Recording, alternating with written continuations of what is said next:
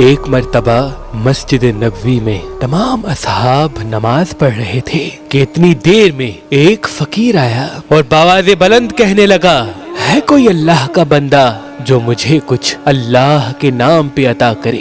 سارے اصحاب نماز پڑھ رہے تھے اور ان میں علی ابن ابی طالب علیہ السلام بھی تھے۔ اس فقیر نے دوسری مرتبہ صدا کو بلند کیا، ہے کوئی اللہ کا بندہ جو اس فقیر کو اللہ کے نام پہ کچھ عطا کرے؟ سب نماز پڑھ رہے تھے۔ اس فقیر نے جب تیسری مرتبہ کہا، ہے کوئی اللہ کا بندہ جو اللہ کے نام پہ مجھے کچھ عطا کرے؟ جب کسی نے کچھ نہ دیا تو اس فقیر نے اللہ کی دربار میں ہاتھوں کو اٹھایا اور کہنے لگا، اے میرے اللہ گواہ رہنا، آج تیرے گھر میں آیا تھا اور تیرے نام پہ تیرے بندوں سے مانگ رہا تھا، کسی نے کچھ نہ دیا۔ بس فقیر کا یہ کہنا تھا۔ اتنی دیر میں امام علی علیہ السلام رکوع کی حالت میں تھے۔ آپ کی مبارک انگلی سے ایک انگوٹھی خود بخود اتری اور سوالی کے کشکول میں آ گری۔ وہ فقیر انگوٹھی کو چوم کے خوش ہو کے چلا گیا اور وہاں جبریل امین جھوم کے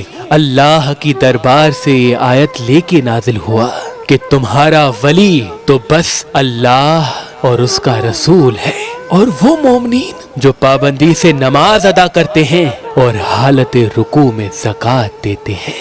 نماز ختم ہونے کے بعد اللہ کے رسول نے سب کو یہ مبارک آیت سنائی اور سب نے امام علی علیہ السلام کو مبارکباد دی، اور اللہ کے رسول نے فرمایا، اے علی، تمہاری نماز اور تمہاری سخاوت اللہ کے نزدیک عظیم مقام رکھتی ہے۔ تو اصحاب نے پوچھا، یا علی، فقیر نے پہلی مرتبہ صدا دی، دوسری مرتبہ صدا دی، تیسری مرتبہ صدا دی، آپ تو پہلی صدا میں ہر بات پوری کرتے ہیں، تو جب چوتھی مرتبہ اس نے اللہ کی دربار میں صدا بلند کی، پھر آپ نے کیوں دیا؟ بس بات جب یہاں تک پہنچی تو امام علی علیہ السلام نے فرمایا، جب یہ علی اللہ کی عبادت کرتا ہے تو یہاں فرش پہ نہیں بلکہ عرش پہ ہوتا ہے، اللہ گواہ ہے۔ اس فقیر نے جب پہلی صدا دی، دوسری صدا دی، تیسری صدا دی، میں اللہ کی عبادت میں اتنا مگن تھا، میں نے نہیں سنا، لیکن جب اس کی صدا اللہ کی دربار پہنچی،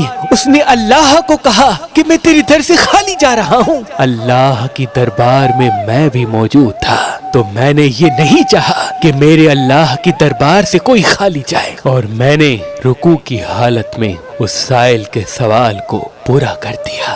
سلام ہو حالت رکوع میں زکوٰۃ دینے والے، اللہ کے گھر میں پیدا ہونے والے، قدم قدم پہ اللہ کے رسول کی حفاظت کرنے والے، اپنی جبیں کو اللہ کے سجدے میں رکھ کے دنیا کو بھلانے والے علی ابن ابی طالب پر۔